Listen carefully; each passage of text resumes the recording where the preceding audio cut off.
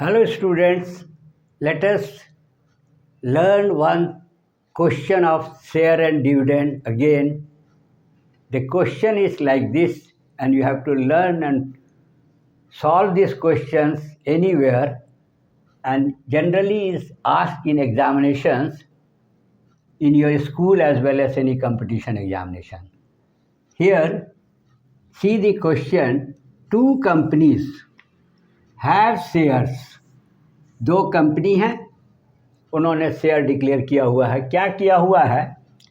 7%, language देखना, shares of 7% eight ₹116. एक company 7% eight ₹116 और दूसरी कंपनी 9% एट ₹145. क्वेश्चन इतना ही है. पूछा जा रहा है इसमें इन विच ऑफ दी शेयर्स, 7% वाले में या 9% वाले में, दोनों में से कौन, कोई भी public party share holder invest करे ताकि उसको मोर प्रॉफिटेबल हो, ज़्यादा फायदा मिले. यही क्वेश्चन का आंसर पता लगा के बताना है. तो मैं आपको सिखाऊंगा कि कैसे इसको सॉल्व करना चाहिए. इसमें बहुत सारा चीज़ नहीं है, नंबर ऑफ़ शेयर्स नहीं है, फेस वैल्यू नहीं है, कोई चिंता का बात नहीं है.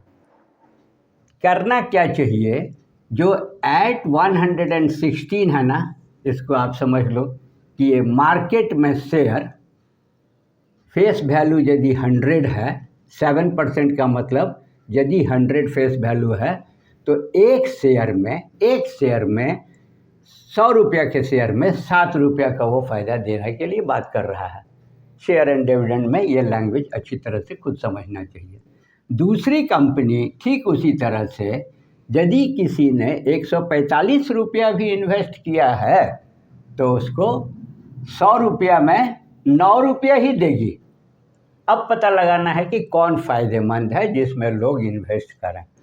तो केस फर्स्ट लेते हैं हम यहाँ. फर्स्ट केस में ये जितना भी रुपया है, इतना मालूम होना चाहिए कि इन्वेस्टमेंट के ऊपर में ही ये डिविडेंड फेस वैल्यू से मिलता है.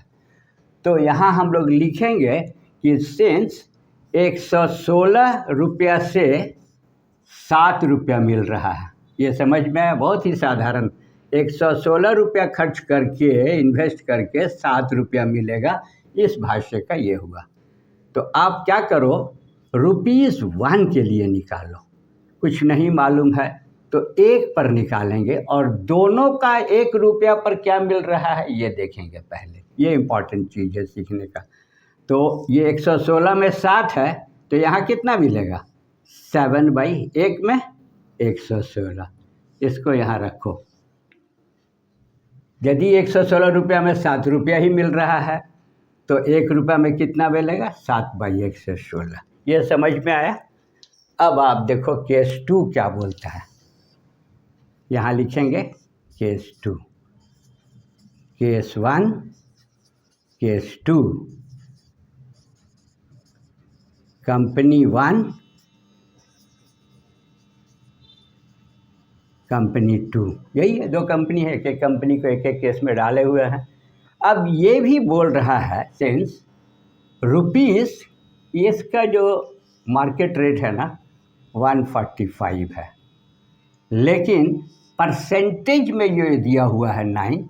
इसका मतलब कि 100 रुपये के फेस वैल्यू पर 9 रुपया का डिविडेंड देने का है. तो इन्वेस्टमेंट पर 9 ही रुपया मिलेगा, यहाँ लिख देंगे 9. फिर इसको भी देखना जरा, इम्पॉर्टेंट चीज़, 1 रुपया में कितना, 1 होगा तो कितना से भी हो जाएगा. तो फिर ₹1 में निकालो, 1 रुपया में क्या होगा यूनिटरी मेथड से 145. ये केस 2 का फ़ायदा है. अब यहाँ एक चीज़ है कि पता कैसे चलेगा कि कौन फ़ायदेमंद है, कोई कम है ज़्यादा है, कैसे पता लगेगा.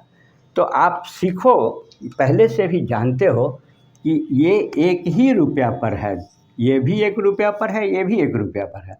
तो ये और ये कंपेयर करेंगे हम लोग. इन्वेस्टमेंट 1 रुपया है, इसमें से तो क्या करेंगे आप लिख लो ऐसे पहले 7/116 और यहाँ एक बॉक्स बना दो और यहाँ लिख लो 9/145।